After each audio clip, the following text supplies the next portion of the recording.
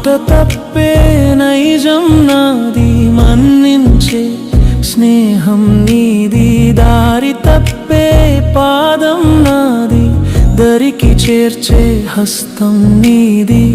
క్షమించమని అడగడానికే అర్హతే లేని వాడను, సమీపించి నన్ను చేరగా ఆశపడి నీ వాడను. నా తోడు నీవని నన్ను నడిపించవా? అడుగు జాడి ఓ